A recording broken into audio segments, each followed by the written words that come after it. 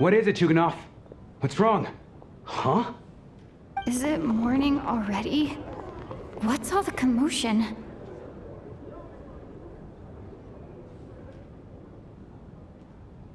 Sounds like it's coming from next door.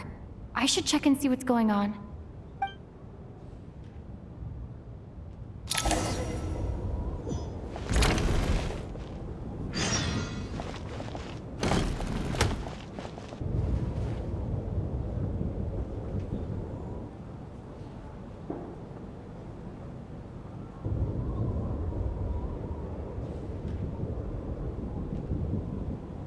Don't look, Miss Tonya. Stay here. Okay. What happened to them?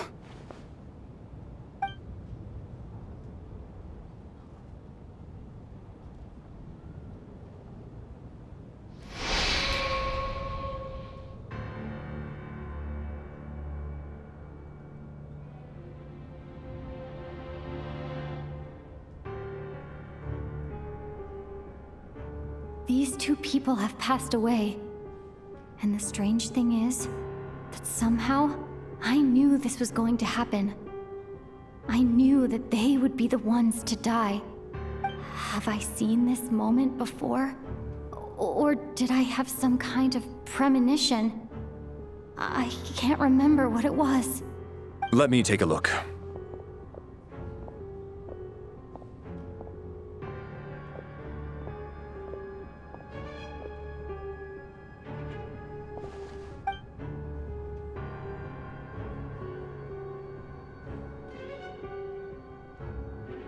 No vital signs in either of them.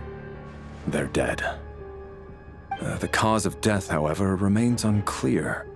No wounds on the bodies, no signs of a struggle, and no skin discoloration caused by the buildup of toxins. But just last night, they were chatting and joking away. This is so sudden. Could they have had pre-existing medical conditions?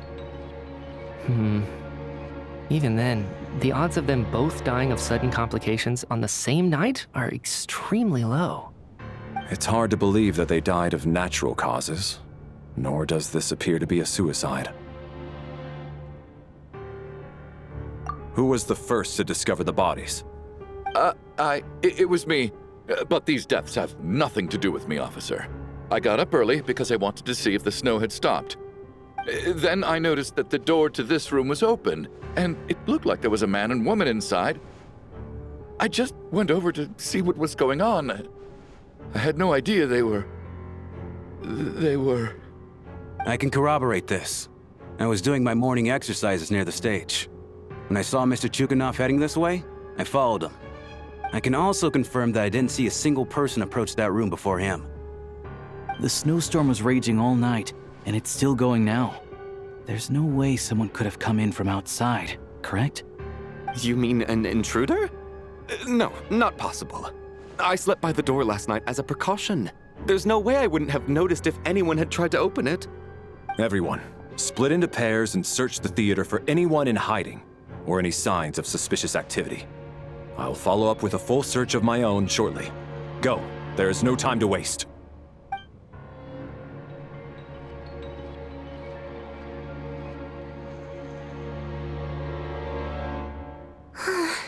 Nothing on your end either? Backstage is clear. No signs of suspicious activity. We checked the basement. Also clear. I don't think there's anywhere here that a living person could hide. Are we certain that the theater doesn't have a back door? Or any tunnel or passageway wide enough for a person to fit through? No, there's nothing like that.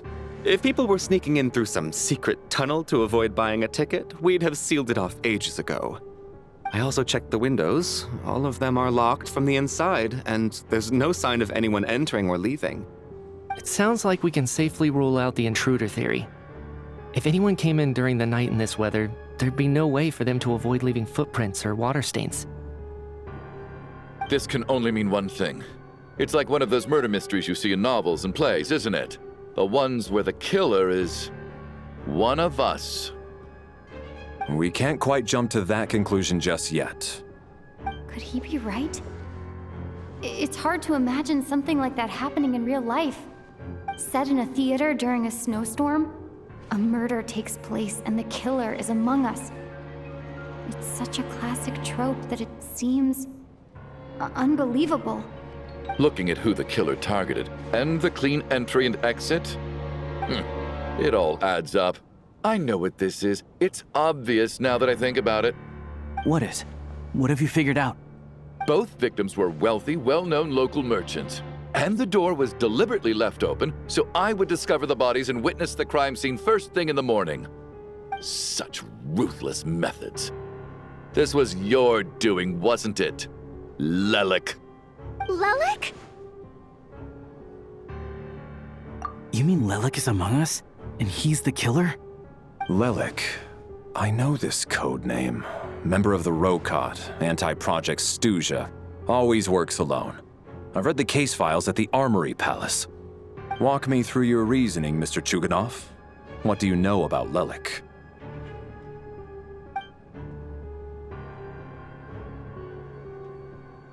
What now, huh? What now, Lelik? What more do you want from me? I already voted against Project Stuja at the Snezhno Gradvecha. You snuck into my house the other day while I was asleep. Left a threatening letter. And I did all that you asked. But Project Stuja cannot be so easily shaken. Not with the rooster in charge.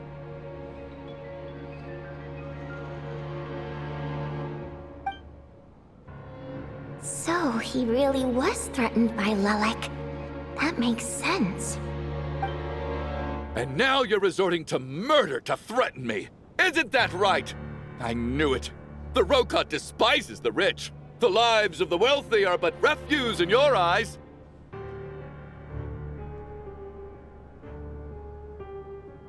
Show yourself!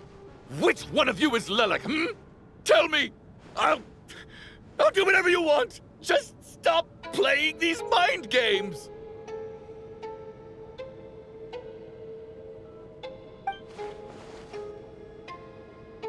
Was this really Lelik's doing? Would Odette really do something like this? If Odette really is Lelik, this seems out of character.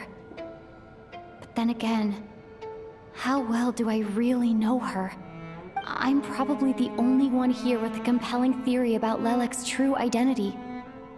But if I reveal it now, I'll be putting Odette in the line of fire. What should I do? I don't think it's likely that Lelik killed anyone. At least from the stories I've heard, he's never killed anyone before. And his name has never come up in connection with any murder cases. Besides, even if Lelik did want to threaten you, why resort to such an extreme and roundabout method? It's not his style at all. Vodyanitsa doesn't know that Lelik might be Odette, but her assessment is pretty much identical to mine. Miss Vodyanitsa, why do you suddenly feel the need to speak in Lelik's defense? Defense? Oh, no, it's just... I'm worried that we're jumping to conclusions here, so I wanted to share my point of view. Also, I don't think the Rokot is as bad as you're making it out to be. Well, if you think I'm so wrong, what's your theory then, Why don't you tell us who the killer is? The case is still evolving, Mr. Chuganov. Please do not prevent others from expressing their opinions so early on in the discussion. Even so, there's no denying that the recent threat received by Mr. Chuganov may well be an important clue. So there's still a good chance that Lelik is right here among us.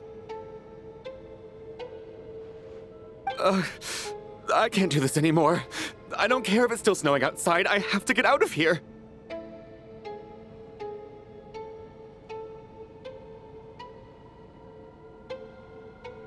Whoa, take a beat. We all know it's far too dangerous out there. Even the soldiers couldn't get to us. Go out that door, and you might not live to tell the tale. And whoever this Lelik is, they're surely not going to murder anyone in broad daylight. Be sensible, my man. You're safer inside.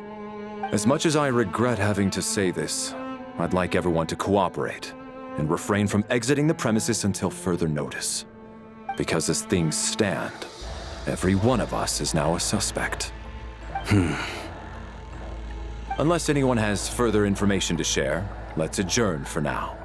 Feel free to keep searching for clues, but make sure you don't go off alone.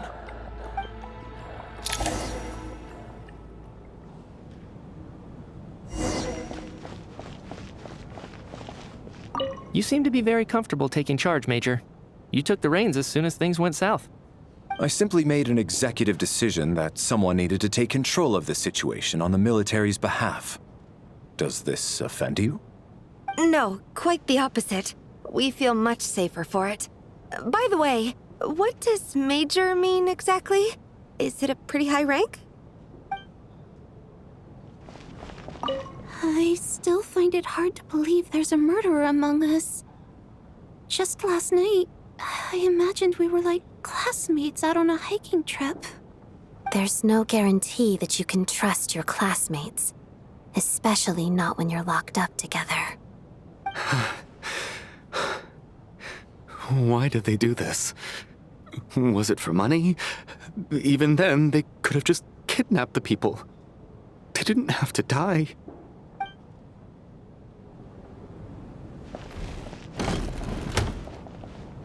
You're right, that was my bad.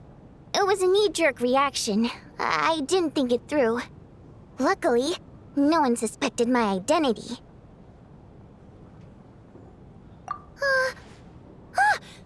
Oh, phew. It's just you. I thought someone was eavesdropping. Since Vodianitsa and I were on the same page earlier, I think I should share my thoughts with the Rokot members first.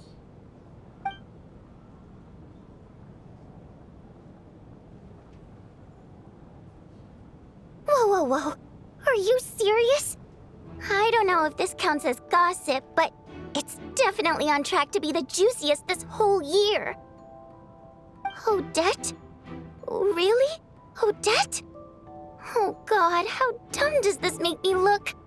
Lilac has been right under my nose this whole time, and I didn't notice a thing. Actually, it's exactly what you'd expect.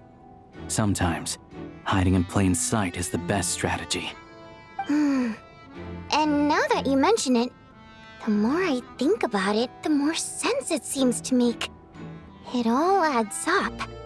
What are we up to now? 1, 2, 3, 4... Odette's identities. She's my coworker, specifically a ballerina, and also a Fatous, a member of the Rokot. Now, Lilac. It must be so exhausting. I just want to give her a hug. I guess since I've always known her as a member of the Fatui, it never even crossed my mind that she could be involved with the Rokot, let alone be Lilac. I don't understand. If she's with the Fatui, what reason could she have for being so opposed to Project Stusha? Probably best if you ask her that in person. Well, since you waited until now to bring this up instead of announcing it to everyone earlier, does that mean we're all on the same page here? Yeah. Lilac may not follow orders from the Rokot leadership, but as far as I'm concerned, she's never crossed the line. If anything, her actions benefit the poor. We need to confront her face to face. Do you think she'd really admit to being Lilac? I don't know. We'll have to see how it goes. For now, we'll work on the assumption that she didn't kill anyone, and see how much she's willing to tell us.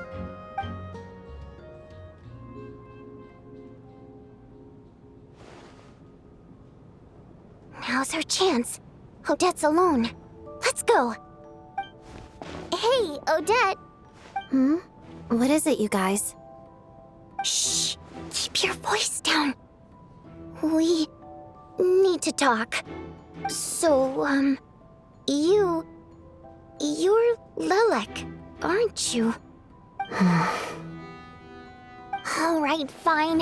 You don't have to say anything or explain yourself. Just hear me out first. None of us believes you'd kill innocent people. Whoever murdered those 2 people last night, it wasn't you. The Traveler was the first to figure out your identity, but she kept quiet during the discussion just now. Still, it's clear where the group consensus is heading. Everyone believes Lelik is the culprit. If your identity is exposed, you'll be in a really bad spot. We're your colleagues, and we know what kind of person you are. I don't want anything bad to happen to you. So, can you clue us in? Tell us everything. The more we know, the more easily we'll be able to cover for you. All right. Yes, I'm Lelik. And no, I'm not the murderer. And thanks, but I don't need you to cover for me. Actually, I'm planning to reveal my identity. Huh? You're gonna reveal that you're Lelik? Here? That's right. I'll admit I was surprised at first when Chuganov guessed that I was here. It was just a lucky guess, but it caught me off guard. But after taking some time to assess the situation and confirm where everyone stands, I don't believe I have anything to worry about. Are you sure you don't need a second opinion? Given the circumstances. Mr. Valeri! What?!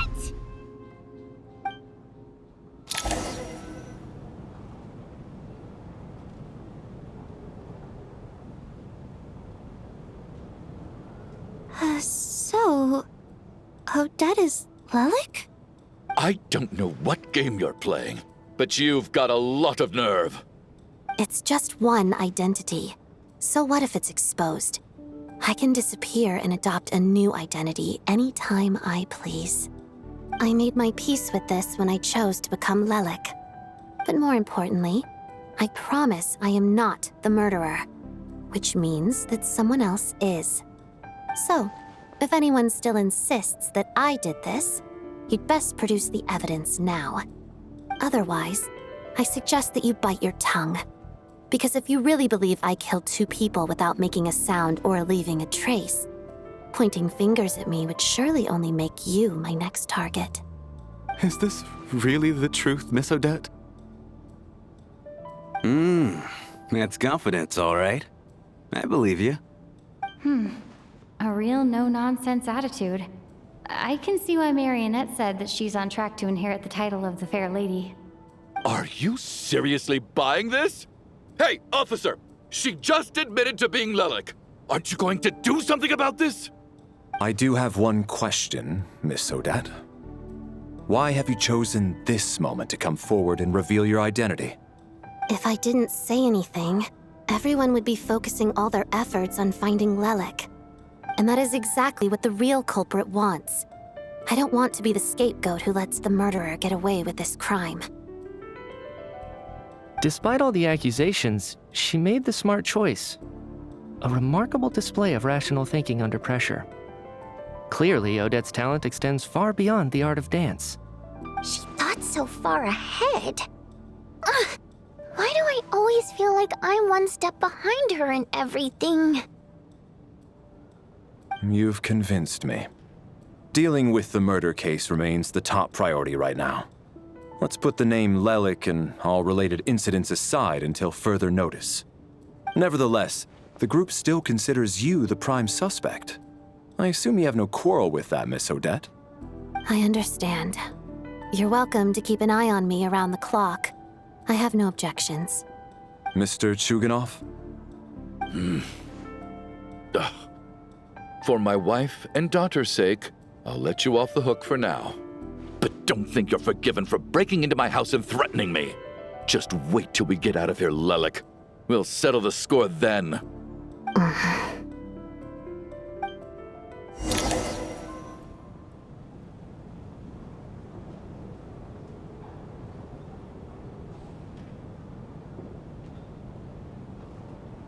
Good work, Lelik guard team. And Lelik, too. Here, have some hot water. Turns out Valeri knew about my exploits, so now I've been told I have to guard Lelik with him. Shouldn't you be facing my way if you're guarding me? At the moment, it looks more like you're my bodyguards. If the true culprit is indeed still at large, as you have claimed, we must keep our guard up against them also. Don't worry, Tonya. We'll get through this. Once the snow stops, the officials will step in. The investigation will get easier, and then we'll be safe. But once the snow stops, won't everyone just leave? You're gonna miss us, huh? Well, some of us work at the theaters, so we'll still be here. I'll even give you a special backstage pass. Really, Miss Vodyanitsa? That's awesome! You've made a fan for life. Aw, you're so cute, Tonya. All right, let's swear to it. I promise to give you the pass, and you promise to never change your mind about being my fan. Promise. Don't indulge her, Tonya. You don't have to swear an oath over things like that. You really do get carried away sometimes, don't you, Miss Vodyanitsa? Hey, mind your own business.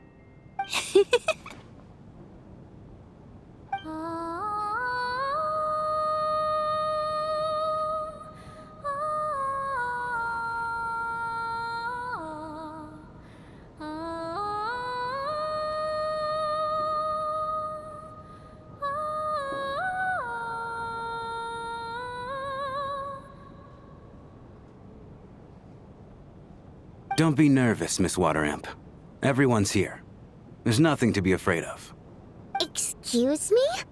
Do I look nervous? Don't be ridiculous. No. You sound nervous, lass. Oh. Wait, but how... Okay, plenty of people know that I'm a water imp, but still... How come you understand our primary mode of expression? Primary mode of expression. I've not come across that concept before. Do enlighten me, Vodyanitsa. Well, it's just... We water imps tend to communicate our emotions to each other by singing, rather than facial expressions. The emotions we convey through song take precedence over our facial expressions. So, we think of it as our primary mode of expression. I'm impressed, Shram. I didn't take you for a man of culture, but you're clearly rather learned. It's not about being cultured or not. The thing is, this mode of expression can usually only be understood by other water imps. It's not a simple case of a song sounding happy or sad. And yet, you're clearly human, Mr. Shram. It's really not the big deal you're making it out to be. I think I just have a knack for it. Plus, I have a... very close friend who's a water imp. A delightful lady. But keep that a secret. Anyway, we spent so much time together that before I knew it, I noticed I could understand her expressions. Oh, I guess that makes sense. Still, the fact that you have a water imp friend is even more surprising. I'd better watch what I'm singing when I'm around you from now on. Hey, what are you implying? You're not secretly insulting the audience in your songs, are you? Heavens, why would I do a thing like that? It's getting late. We should discuss our sleeping arrangements for tonight. To guard against the killer, someone needs to keep watch. I suggest that we don't sleep in separate quarters tonight. It will be safer if we all stayed together. As long as someone keeps an eye on Lelik, I'm quite sure we won't have any trouble. Are you saying that you wish to bet your life on Miss Odette being the killer? Nonsense. Of course not. Then I propose the following arrangement for tonight. The Traveler, Odette, and I will form the Night Watch. We'll sleep in shifts, but 2 of us must be awake at any given time.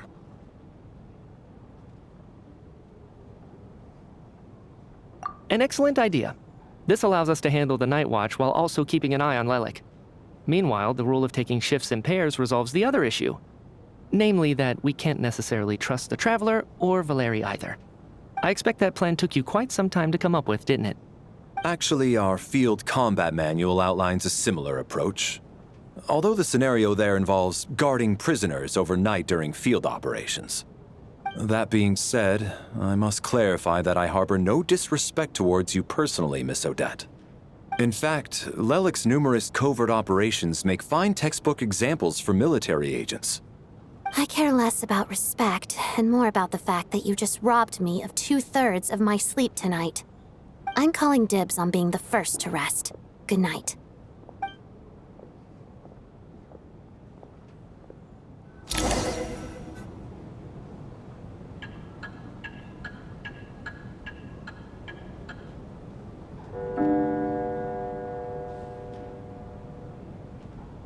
It's almost time. We should wake Odette. How are you faring? Oh, not going to argue with that. I'll take a quick nap. If you start to feel sleepy, wake me up anytime. It's finally time for Odette and I to share the night watch. I should wake her up.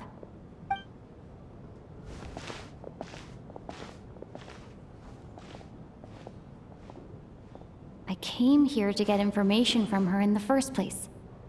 Maybe I should think about what questions I want to ask before she wakes up. How long are you gonna keep staring at me? Couldn't sleep. My mind's been running haywire. Plus, there's something I've been meaning to talk to you about.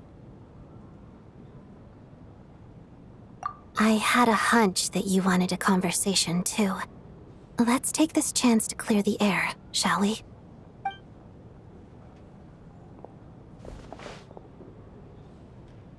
I just had a simple question for you, really. It's, Rosaline. In her final moments, did she have any last words or anything? I see. Well, that was all. I have no other questions. No. She was utterly ruthless in pursuing her goals. That kind of person should be hard to miss. And yet, even though I never approved of her methods, and she was an abrasive person, the fact remains that I am indebted to her. Oh, she told you. I guess that makes sense. I think she and Rosaline were on pretty good terms. Yes, Rosaline wasn't the kind to gossip about this sort of thing. Not that it's any huge secret to me, though. When I was a child, I had to join the Fatui for the sake of my mother and me. I trained under Rosaline. It was extremely grueling, and it didn't exactly come naturally to me. All I could do was try to ignore the biting cold and practice. I was a newcomer who'd managed to make a good first impression on a harbinger. There was pressure to live up to her expectations, to be worthy of the fair lady's reputation. Every day was a struggle against the cold, pain, and fatigue. And most nights, I struggled to fall asleep. After enduring all that, I've become almost immune to the sensation of pain. I suppose that was the cost of survival. Surely, any child who had to experience that would grow to hate her lot in life, don't you think? So, I put an equal amount of effort into my ballet. Because in my young mind, that was the only way to defy my fate. It was my way of telling her, the Fatui's demands and your expectations of me are not what I wish for. One day, I will leave. I think she probably blamed my poor performance in training on my passion for ballet. She knew my heart wasn't in it. One time, when I was secretly practicing a dance at night, she suddenly showed up. I knew she was there to catch me red-handed. I told her, "You don't deserve to watch the dance I learned from my mother." She looked stunned. I guess she was surprised that I lashed out first, before she had the chance. But strangely enough, on that occasion, she wasn't fierce with me like she was during training. Instead, she fell silent for a moment, and then left. After that, She never interfered with my dancing or asked me how it was going. She never came to watch me dance again either. Not even once. She was. But even now, whenever I take out this core Ignis, I can't help but think of that night. Of the look on her face. Sort of. Although gift might be too kind a term. This is her flame sealed within ice.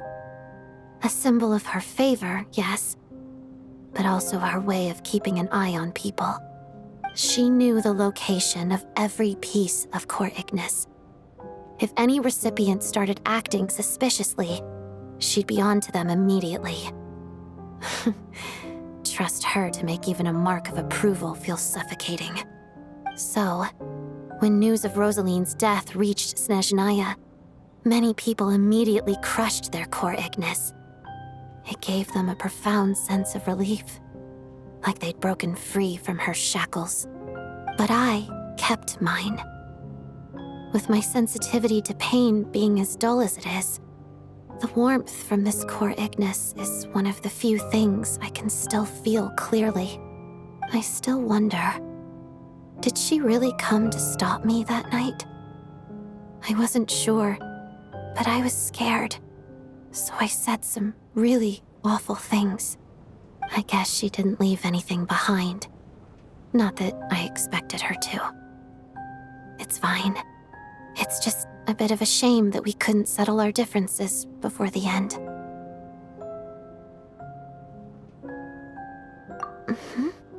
She did. Are you sure she was talking about this event?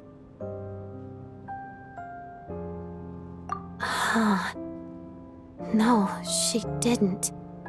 I didn't even find out that she'd gone to Mondstadt until a while after she'd left. Wait, in that case... Okay, I will. Thanks for letting me know. There's something I'm trying to figure out. I'm beginning to suspect that Paimon's mystery illness is being caused by the energy research behind Project Stuja. Paimon's very important to me, so I have to get to the bottom of this. I figured that since you're Lelek, you might know something about all this. The ultimate goal of this energy experiment is to create a weapon for the final battle. The weapon's construction was completed in Nodkrai. Now, all that remains is to arm it with a sufficiently powerful energy.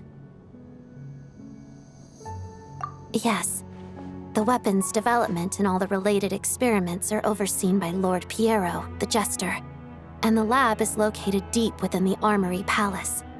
I'm not sure why this experiment would be making Paimon feel unwell, though.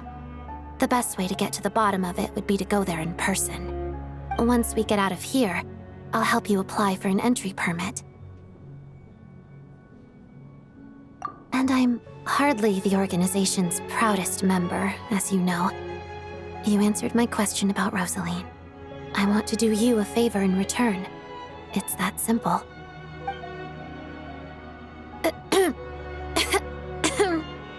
Huh? What's wrong? Are you not feeling well? You two seem to be hitting it off. I thought you were sleeping. Of course I was. In the military, one learns to fall asleep quickly, even in the most inhospitable environments. It's vital to staying alert and energized. Why? Is something wrong? Even if he was awake, he can't have overheard us, right? Well, thank you both for keeping watch. Traveler, I'll take over for now. It's your turn to get some sleep. Sure.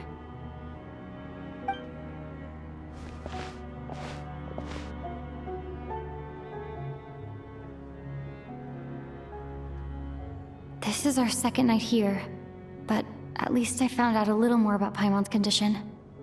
I hope she's been sleeping well the past couple of days. Huh. Why do I feel like I'm being watched? Seriously? Is this payback for when I stared at her earlier? But I thought she was asleep. Never mind. I'd better try and get some sleep myself.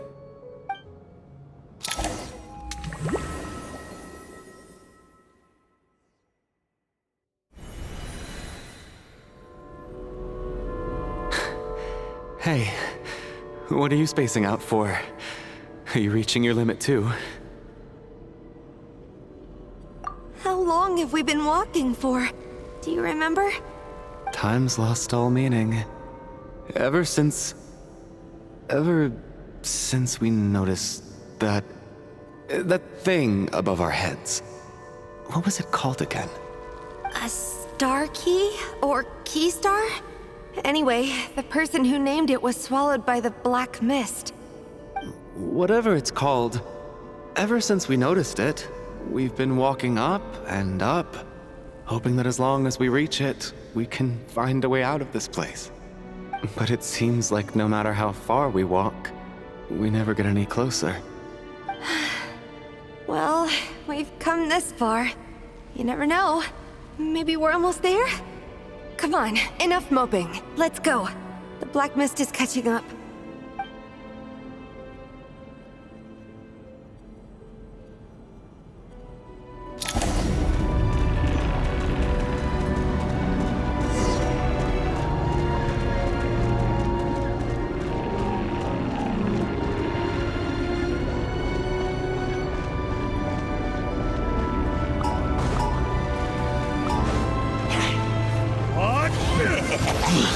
Fine. Watch out! Not again! I've lost count of how many times we run into them. Be careful.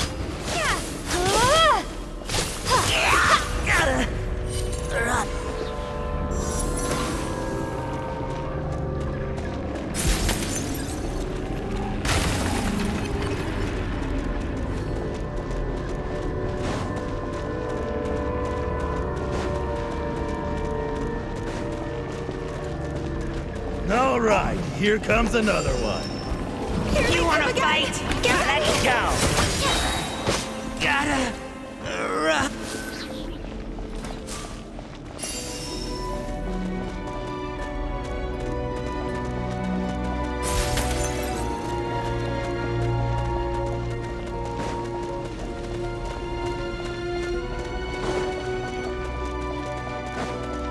All right, here comes another one. Monsters ahead of us. The black mist behind us. It feels like there's no escape. Learned! Are you hurt, Coolish? No, I'm fine. It's just... Suddenly I don't want to walk any further. I get you. In fact, I reached my limit a long time ago. Sometimes it feels like there's hope where there shouldn't be. Yeah. The hope that the star gives us is the only thing keeping us going. But I'm not sure it's real at all. It may just be a collective illusion. Otherwise, why would it always be out of reach?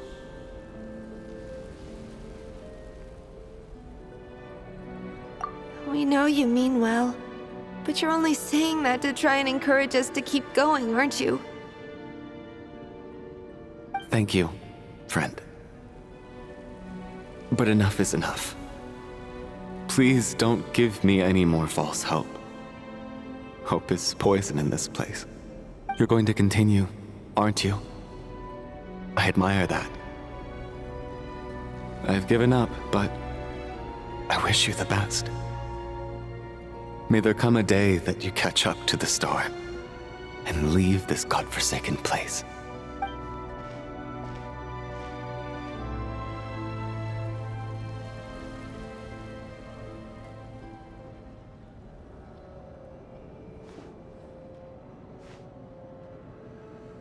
It's not an illusion. We really are getting closer to the star.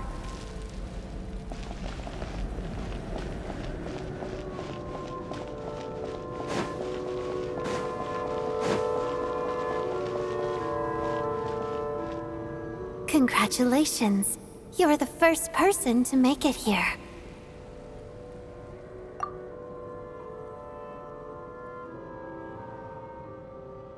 I'm the star's envoy. The black mist has stopped rising. Its hunger is satisfied for now, having devoured your two companions. This is a good opportunity. I'll let you get some rest before we continue. What do you mean, leave? The star represents the starting point. It's the waypoint for the beginning. Congratulations on reaching the starting point. Once you are ready, we will head out and walk upwards. I will be right by your side the whole way.